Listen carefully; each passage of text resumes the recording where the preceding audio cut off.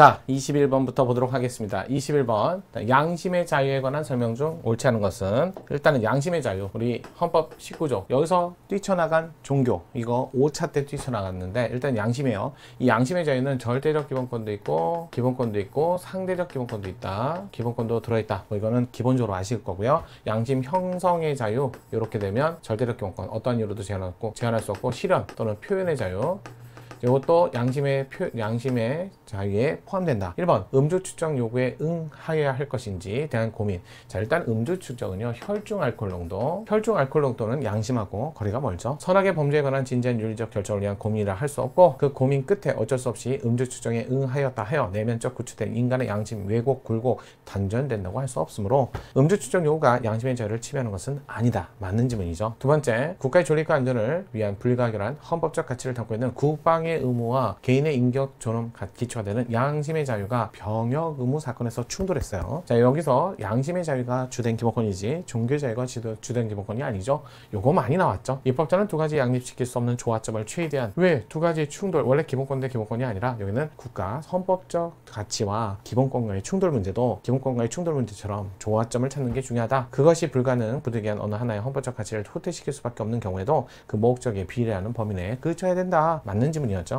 3번, 자신의 인격권, 명예권을 보호하기 위하여 자신의 태도나 입장, 외부에 설명하거나 해명. 이 말이죠. 외부의 설명, 그다음에 해명. 이런 말이 나오면 일단은 개인적, 사생활은 멀어진 거예요. 단순한 생각이나 의견, 사상, 확신, 표현행위라고 볼 수 있어. 그 행위가 선거에 영향을 미치게 하기 위한 것이란 이유로 이를 하지 못하게 된다 하더라도 양심의 자유의 보호 영역에 포괄되지 않는다. 일단 양심의 자유는 사생활 영역에 포함되어 있는 내면적 자유예요. 자, 하지만 외면적, 한마디로 외부에 표현하는 거, 이게 양심적 표현이라면 표현의 자유에 들어가지만, 그래서 표현의 종류에서도 양심적 표현의 자유, 양심에 관련 표현은 요거는 19조 양심의 자유에 들어가지만 일반적으로 표현은 21조. 그래서 여기 19조 20조까지는 사생활 영역이고요. 그 다음에 표현의 자유는 사생활과 관련이 없죠. 따라서 포괄되지 않는다? 일단은 양심의 자유의 영역에 포괄되지 않는다. 맞죠? 사생활에서 멀어졌으니까요. 네 번째, 취업규칙 사용자가 사고나 비행위 등 저지른 근로자에게 심할서, 아주 유명한 사건이었죠. 여러분, 심할서는 경위서죠. 자, 심할서는 경위서이기 때문에 여기에 뭐 반성, 뭐 너의 사과를 이런 거 넣으면 안 되는 거죠. 유명한 사건이었어요. 단순한 사건의 경위를 보고하는데 그치지 않고 자신의 잘못을 반성하고 사죄한다. 이거를 포함된 사죄문 또는 반성문을 의미를 가지고 있다 할지라도 이러면 잘못된 지문이죠. 양심의 자유를 침해했다고 볼 수 없다 아니라 침해했다라고 보는 게 맞죠. 자, 다음 문제 넘어가도록 할게요. 4번이 정답이었습니다. 자, 22번, 언론 출판의 자유에 관한 설명 중 적절하지 않은 거는요. 비의료인, 의료에 관한 광고. 의료에 관한 광고를 금지하고, 의료인이 아니잖아요. 침해하지 않죠? 당연하죠. 의료인 광고는 옛날에 못하게 했을 때 침해한다 해서 판례가 바뀐 거고요. 여기는 앞에 한자가 더 붙었잖아요. 비의료인이라는 거 꼭 기억하셔야죠. 국민 생명 건강 보호, 국민 보건을 위한 국가 보호물을 이행하기 위해서 필요한 최소한도 내에 제한할 것이므로 비의료인의 표현의 자유를 침해하지 않는다. 두 번째, 사전 허가 금지 대상. 자, 일단 우리나라에서 헌법상 사전 허가는 금지예요. 21조 2항이고요. 21조 2항 이거 나오면 3, 7, 9 이것도 자동으로 나오셔야 돼요. 심폐부 아시죠? 신설, 폐지, 부활. 그래서 3차 때 처음 들어오고 7차 때 폐지됐다가 9차 때 부활했지만 일단은 헌법상 사전 검열은 금지 사안입니다. 자, 언론 출판의 자유의 내재적 본질적 표현의 내용을 보좌하는 것뿐만 아니라 언론 출판을 위해서 필요한 물적 시설, 언론 기업의 주체인 기업인으로서의 활동까지도 넓게 포함된다. 자, 일단은요, 사전 허가가 금지되는 건 맞지만요. 자, 필요한 물적 시설이나 이런 것들 있잖아요. 우리 방송 사업자, 또 안전성, 5개 광고물 사건, 5개 광고물 사건하고 방송 사업 할 적에 자의 시설물의 요건 구비 사건, 구비. 이거는 안전성. 이거는 금지되는 사전 검열이 아니라 허용되는 사전 검열에 해당되는 거지 모든 종류의 사전 검열은 금지되지 않습니다. 요 판례 2개 이거는 암기 많이 하시고 계실 거예요. 따라서 언론 출판을 위한 언론기업, 자, 주체인 기업인으로부터 이런 시설물 자기 소유로 했을 때만은 너무 과하다. 그래서 과잉금지에 반했지만 시설물 기준과 안전성은 우리가 얘기하는 금지되는 사전 검열에 들어가지 않습니다. 2번이 정답이었네요. 3번 인터넷 신문 사업자에게 취재 인력 3명 이상 포함해서 반드시 5명이 상시적으로 사무실을 두고, 요게 이제 인터넷 신문사의 특징이죠. 요즘에 변화하는 세상이 너무 확확 변하고 있어요. 뭐 AI다 뭐 다 해가지고, 그러다 보니까 뭐 가택근무도 늘고, 그다음에 현장 근무를 더 중요시하는 경우가 많아졌어요. 굳이 사무실에 막 진짜 인력을 반드시 취재 인력, 그다음에 편집 인력 해갖고 고정 사무실에, 이런 건 너무 무리가 있다 해서 인터넷 신문사 사건 고정 사무실과 인력, 이거를 반드시 5인 이상 이거 위헌 결정 받았다, 침해한다, 이거 꼭 기억하셔야죠. 따라서 요구하는 것은 소규모 인터넷 신문 언론 활동할 수 있는 기회를 원천적으로 봉쇄할 수 있음에 비하여 인터넷 신문 신뢰도 제고라는 입법 목적 효과는 불확실하다는 점에서 너무 심했다, 과잉금전치에 반했다. 맞는 지문이었어요.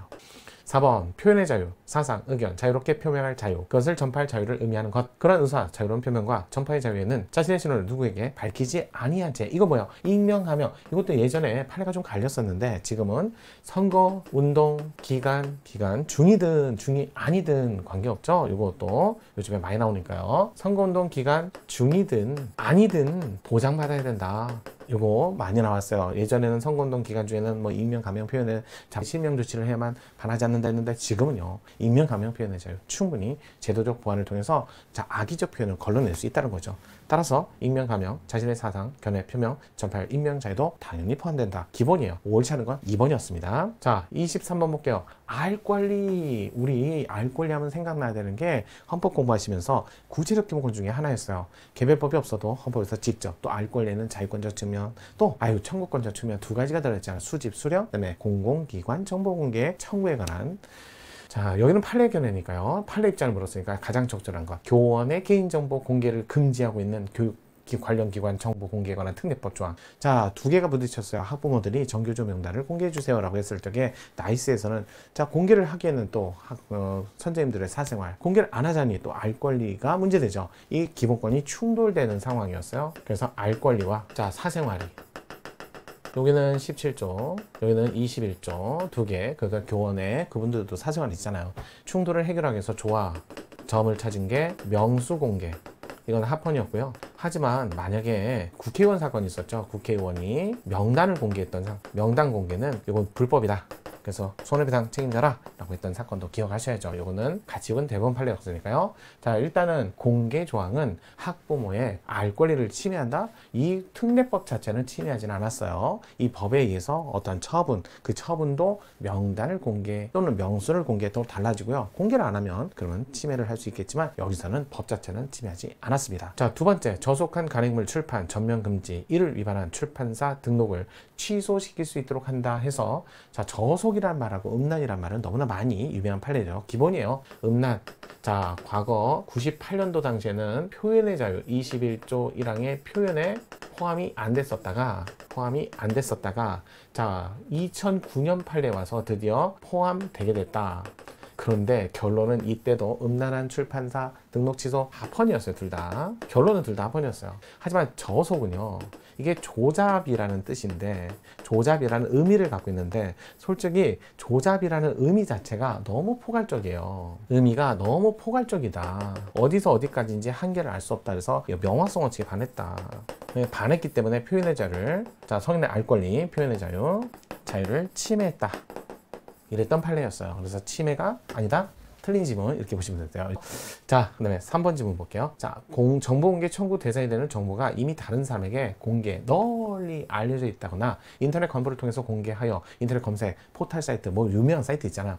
거기에 통해서 쉽게 알 수 있다. 그럼 공개 안 해도 되나요? No. 유명한 판례. 공개할 의무가 있다. 따라서 비공개 결정은 정당화 될 수 없다. 맞는 지문. 정답은 3번이었네요. 4번, 국군의 이념, 사명, 해할 우려 있는 도서. 아이고, 알 권리에서 자유권적 성격도 있고요. 성격에서 나오는 것도 있고, 청구권적인 성격도 포함되고, 이 2가지, 이중 성격, 다 가능하죠. 그래서 수집, 수령, 이거는 공공기관, 정보공개, 청구권, 이런 것들 나오죠. 이 수집은요, 유명하잖아요. 수집, 수령. 그랬을 때 이거는 불온도서 사건. 군내에서 금지는, 이건 합헌이다. 이렇게 보시고요. 색깔 좀 구별할게요. 그다음에 또 수령 사건은요, 자비, 신문 구독. 누가요? 미결 수연자였어요. 자비로 신문 구독할 수 있죠? 무죄 추정 삭제. 근데 문제가 기사 삭제. 이건 무슨 사건이에요? 당사자의 사건, 지금 현재 재판 진행 중이니까 그 사건만 삭제한 거였어요. 이것도 합헌.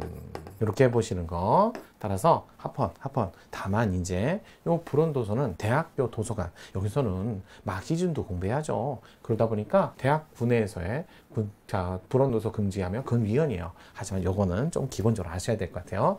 자, 군인들의 정신 전력을 저해하는 것을 방지하기 위해서 불온도서를 군내에서 소지 금지토록 하는 건 침해한다가 아니라 침해하지 않는다. 그래서 옳은 지문은 3번이었습니다.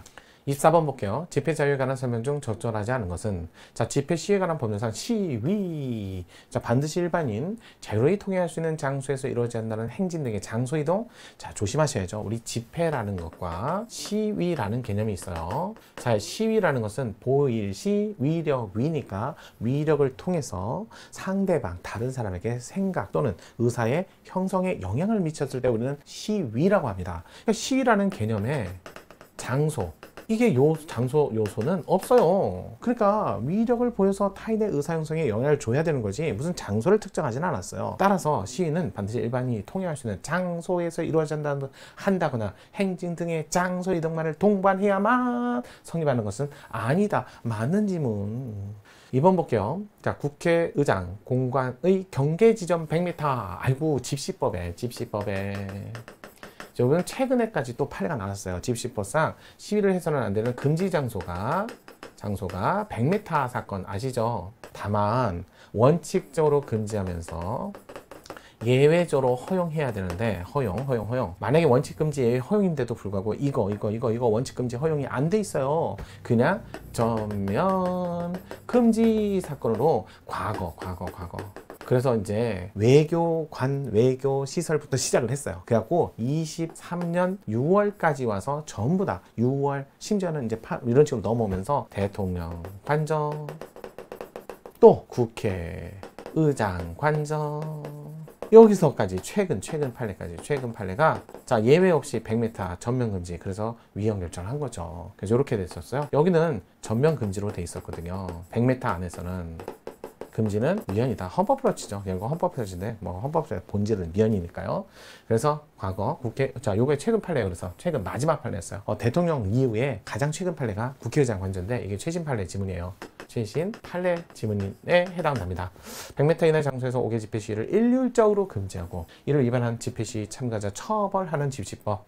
국회의장이 원하는 직무 수행과 공간 거주자 신변 안전, 주거의 평온, 공간으로 자유로운 출입 저해할 위험이 있음을 고려할 때 집회자를 침해하지 않는다가 아니라 금지하고 예외적으로 허용하지 않았기 때문에 이거 최근 판례 2023년 판례 침해한다라고 했던 판례였어요. 2번이 정답입니다. 자, 3번 집회 금지 해산은 원칙적으로 공공안전 질서에 대한 직접적 위협이 명백하게 존재할 때 허용될 수 있다. 원래 집회 해산은요, 자, 명백하게 위법한 또는 명백하게 이탈한 뭐 이런 얘기 하잖아요. 이럴 때 해산, 3회, 그 다음에 그래도 따르지 않을 때 강제 조치 가능하죠. 맞는 지문 4번 관할 경찰서장 집회 또는 시위 시간 장소가 중복되는 2개 이상 신고가 들어오면 어떻게 돼요? 서로 분리해서 충돌하지 않으면서도 집회를 할 수 있으면 분리해서 집회하면 되고요. 그게 불가능하면 우선 먼저 접수된 집회를 자, 만약 집회 승인해야죠. 신고가 있는 경우에 그 목적으로 봐 서로 상반되거나 방해가 된다고 인정되면 각 5개 집회 시위 간 시간을 나누거나 장소를 분할해서 개최하도록 권유하는 등 각 5개 집회 시위가 서로 방해되지 아니하고 평화적으로 개최 진행할 수 있도록 노력하고 그래도 안 하면 먼저 접수된 거 이렇게 가시면 맞는 지문 옳지 않은 거 2번이었습니다. 이렇게 정리하시면 될 것 같아요. 자, 25번 헌법상 재산권으로 보장받을 수 있는 것은 모두 몇 개인가? 이건 어쩔 수 없어. 이게 기억니은으로 짝지으면 기억니은 보고 바로 문제로 지문을 가서 선택을 하면 되는데 몇 개인가는 아시죠? 대부분 다 이거는 푸셔야 돼요. 일단 볼게요. 기억, 교원의 정년 단축, 기존의 교원, 이분 경제적 불이익. 자, 재산권을 보장받을 수 있는 걸 찾는 거예요. 앞으로 장차 내가 얼마를 벌었을 텐데, 내가 어떻게 됐을 텐데, 그런 기대나 예상은 재산권에 보장이 되는 내용이 아니에요. 재산권은 첫 번째 법률상 보호되는 이익이어야 돼요. 그래서 이거를 법률상 이익 이렇게 얘기하죠. 하지만 이거의 반대 개념이라고 표현을 하는데 반사적 이익이라면 이거는 보호가 안 돼요. 그래서 여러분들 반사적 이익, 장차, 기대, 예상 아무도 몰라요. 대표적이죠. 자, 정년 단축됐어요. 원래 65세 하시다가 62세로. 그러면 장차 내가 일을 할 수 있는데 일을 못하게 됐잖아요. 나가시라고 하니까 그거는 재산권에 포함되지 않습니다. 두 번째, 자, 정당한 지목을 토지대장에 등록함으로써 토지 소유자가 누리될 이익, 정당한 지목. 이거 이제 최근에 문제가 됐던 거예요. 옛날에 밭을 가질래요? 돼지 가질래요? 80년대, 70년대 농사 짓는 땅이 더 비쌀 수도 있었어요. 그렇게 큰 차이가 많이 없겠지만, 근데 지금은요, 농사 지을 땅 가지실래요? 건물 지을 땅 가지실래요? 대부분 다 건물 지을 땅. 왜? 그만큼 땅의 주된 목적에 관한, 자, 땅의 쓰임새, 사용 목적이 재산권에 엄청난 차이를 주기 때문에 지목 변경 신청 반려하면 바로 소송도 가능하고, 자, 이거는 법률상 이유로서 보장됩니다. 자, 디귿 볼게요. 공무원 연금법상 퇴직연금 수급권. 그래요. 퇴직연금 내가 냈어요, 안 냈어요? 보통 공무원인데 공법상 권리도 되나요? 권리도 포함되는데, 이럴 때는 적어도 자신의 기여, 그 다음에 생존 확보의 기여, 마지막이 처분 가능성, 사적 효용성이라고 합니다. 요 세 가지 요건을 모두 갖추면 공법상 권리도 재산권이 돼요. 여러분 퇴직금 받으려고 매달 얼마씩 매달 축적하잖아요. 퇴직 이후에 생존 확보에 기여하고요. 그 다음에 내가 받고 나서는 내가 처분할 수 있죠. 그러니까 퇴직연금 수급권은 이미 종료된 거예요. 앞으로 내가 쌀 게 아니라요. 이미 쌌어요. 매달. 그렇기 때문에 재산권에 포함됩니다. 자, 디귿 우편법상 우편물의 지연 배달할 때는 손해배상 청구권. 여러분 민사상 또는 국가배상법상 손해배상 청구권은요, 재산권에 포함됩니다. 자, 그런데 미음은 조심하셔야 돼요. 우리 의료급여 수급권. 자, 이렇게 급여 수급권, 요거하고 구별하셔야죠. 요게 되는 공법상 권리에 연금 수급권, 보험 수급권, 이거는 자, 재산권에 포함이 됩니다. 하지만 급여 수급권,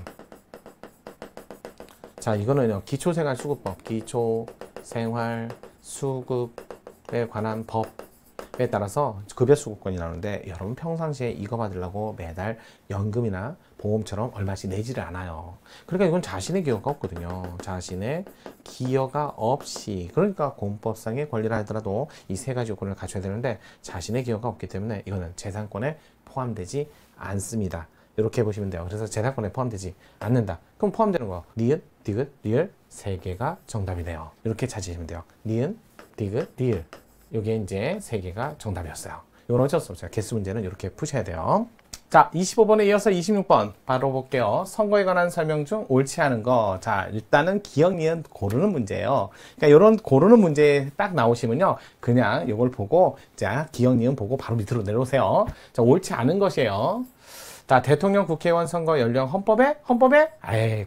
공직선거법 15조죠? 15조에 18세라고 되어 있어요. 우리나라 3차 개헌할 때, 요때 헌법에 있었어요. 헌법에 있었던 과거에는 있었지만, 현재는, 자, 법률 사안으로 정해져 있지 헌법 사안은 아닙니다. 따라서 명문화되어 있지, 자, 헌법에 명문화되어 있다? 그러면 틀린 질문이죠. 기억은 들어가야 돼요.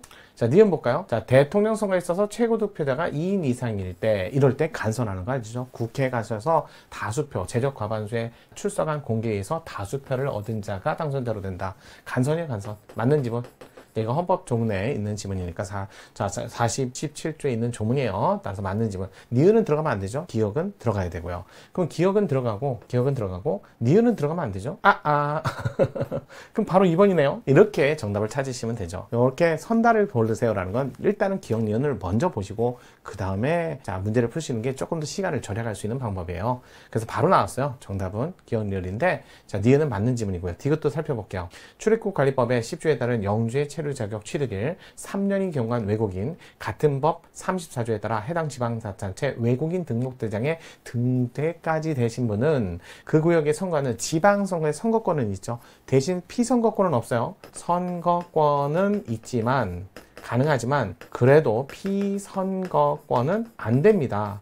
이거는 반드시 구별하셔야죠. 그래서 선거권은 있다. 맞는 지문 리을. 임기 만료에 의한 국회의원 선거. 우리 24년 4월 11일 날 국회의원 선거 합니다. 요거 마찬가지예요. 임기 만료에 의한 국회의원 선거. 선거를 그 임기 만료 전 며칠이에요. 자, 대통령 선거, 그다음에 국회의원 선거, 지방선거 이렇게 통으로 좀 얘기를 할게요. 자, 일단은 선거일은요, 임기 만료 만료 전에 뽑죠. 대통령 선거는 70일부터 40일 사이에, 국회의원 선거는 50일, 자 지방선거는 30일. 자 이거 기억하기가 그렇게 어렵지는 않습니다. 왜 그러냐면요, 이거 기억하기가 그렇게 어렵지 않은 이유는요, 이것 때문에 그래요. 7, 5, 3 홀수예요. 홀수. 거기다가 선거일은 첫 번째 수요일 법정화 돼 있잖아요.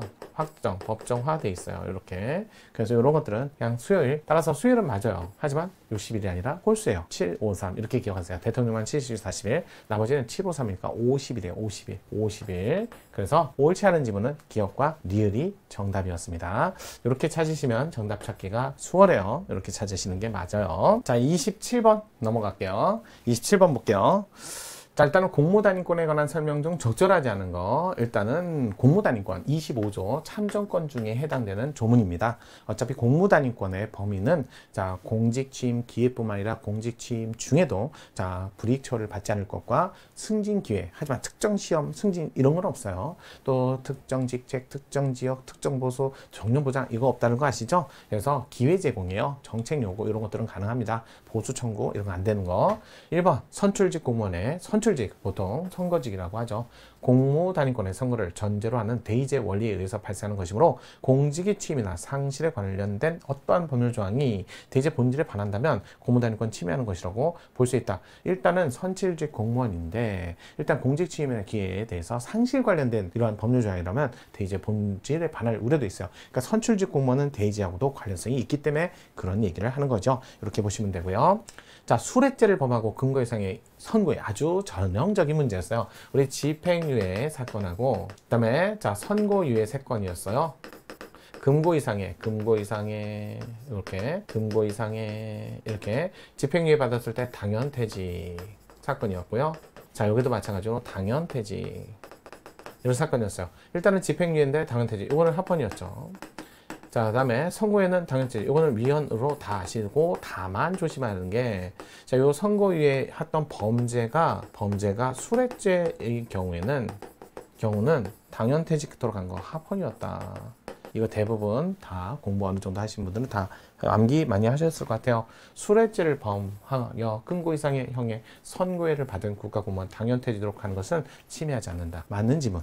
3번 공무단위권의 설명 적절치 않은 것 중에 3번 군인사법상 부사관 최초 임용 27세 이거 반하지 않는 거 어쩔 수 없어. 상명하복 관계, 그다음에 통설 관계 이런 것들을 모두 다 고려해 볼 때, 자 현재 존재하고 상위 계급인 장교의 경우 27세 연령 제한에 상당한 예외가 존재한다는 점을 고려할 때, 자 부사관 지원자의 27세로 한정한 거 침해하지 않습니다. 그래서 3번이 틀린다. 4번 공직선거 교육감 선거 후보자 시 선거일 전 90일까지 교직원을 그만두도록 한 거. 자 아무래도 공직 중에서도 교직원이라는 직은 100년지 대계 또 정치적 색깔을 가미해서는 안 되기 때문에 그런 거 이런 제한이 좀 많아요. 따라서 선거일 전 90일 전까지 또 이거에 교육감 선거예요. 교육감. 그러다 보니까 교원직을 그만두도록 아무튼 행정직을 해야 되니까 선생님을 겸할 수는 없죠. 따라서 침해하지 않는다. 뭐 이건 일반적인 논의니까.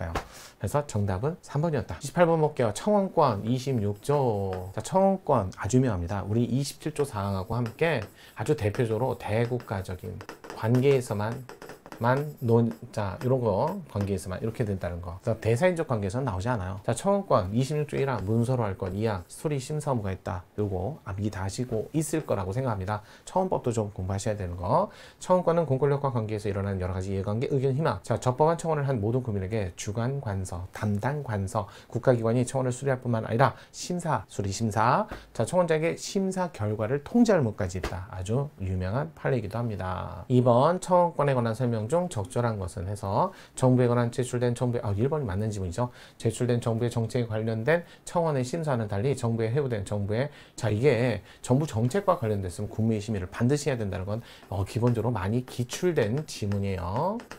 그래서 국무회의 심의를 반드시 거쳐야 되는 건 아니다가 아니라 거쳐야죠. 그래서 이건 너무 많이 기출된 지문이었어요. 3번 국회 청원하는 방법 국회법 조항 중 국회 규칙에 정하는 기간 동안 국회 규칙으로 정하는 일정 수 이상의 국민의 동의를 받아 라는 부분은 국회 규칙으로 규정될 내용 범위 기본사항을 구체적으로 규정하고 있지 않아 대강을 예측할 수 없다. 포괄 의미에 반한다. 일단은 국회 청원할 때 국회의원 소개를 받아라. 지방의회 청원할 때는 지방의원 소개를 받아라. 국가에 청원할 때 교도소에서 수용자가 교도소장 승인을 받도록 한 것 전부 다 반하지 않습니다.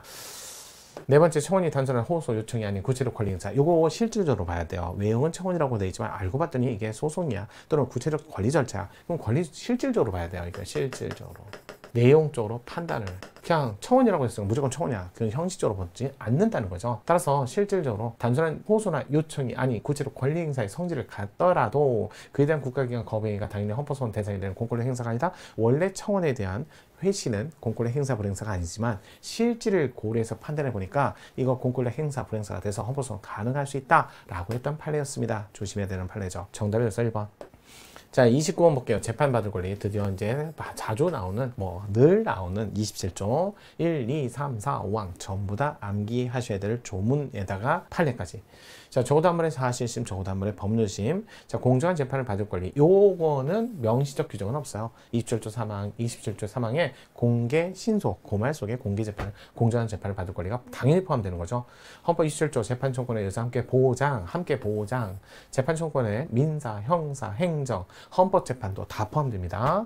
자, 헌법상 보장되는 기본권이 공정한 재판을 받을 권리는 공정한 헌법 재판을 받을 권리도 포함된다. 안 되는 거 뭐 있어요?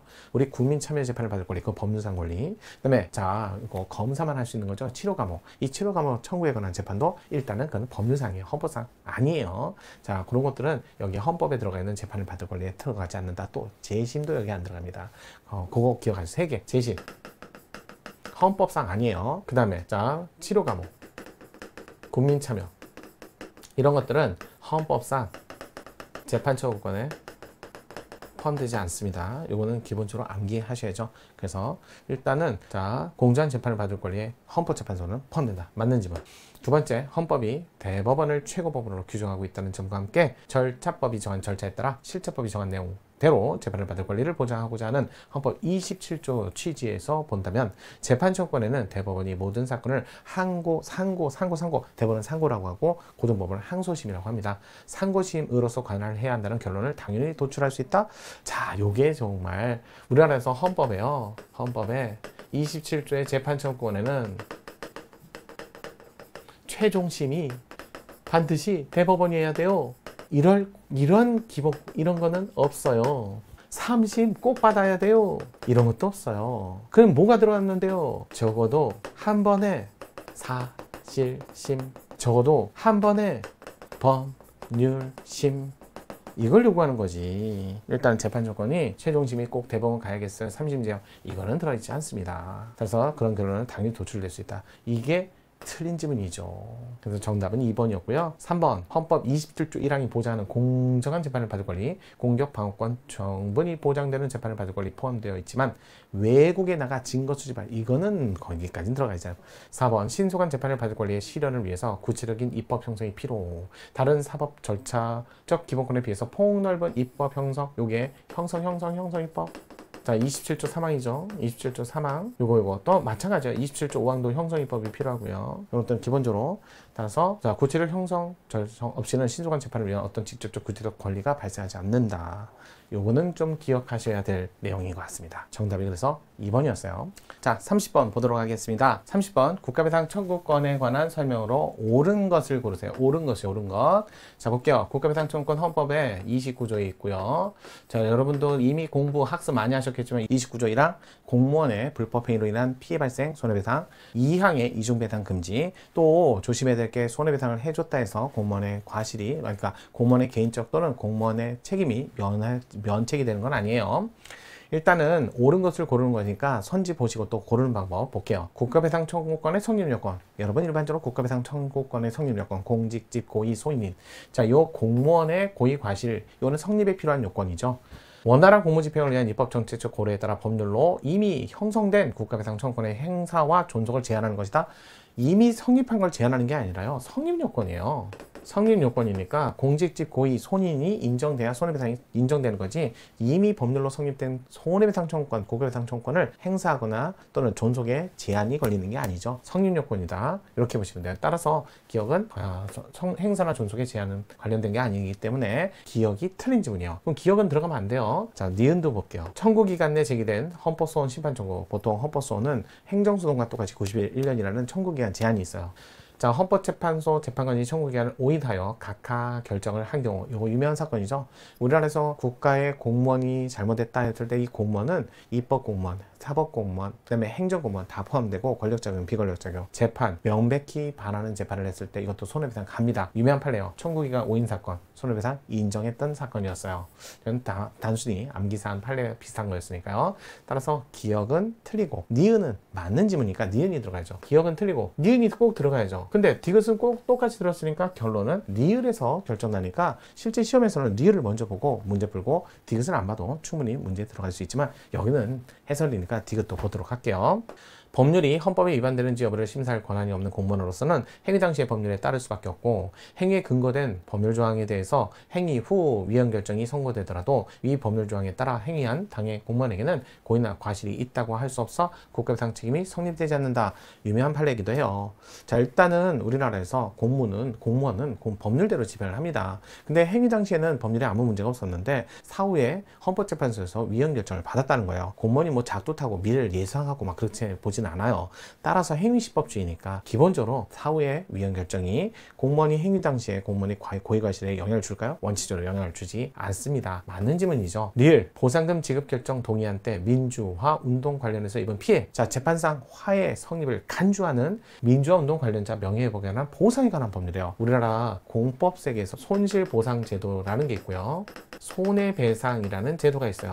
이 두 제도는 서로 서로 독립적이에요. 손실보상은 적법한 국가작용에 관한 문제로서 손해배상은 불법한 국가작용에 관한 문제가 되기 때문에 서로 중첩되지 않는다는 거예요. 방해가 되잖아요. 손실보상 청구했다 해서 손해배상 청구 못하는 거 아니에요. 따라서 적극적 소극적 손해에 관한 부분에 있어서는 민주화운동 관련자 유족 국가배상 청구권을 행사하는데 걸림돌이 되지 않아요. 침해되지 않습니다. 행사하는데 방해되지 않는다. 따라서 리을도 들어가야 되는 4번이 정답이었어요.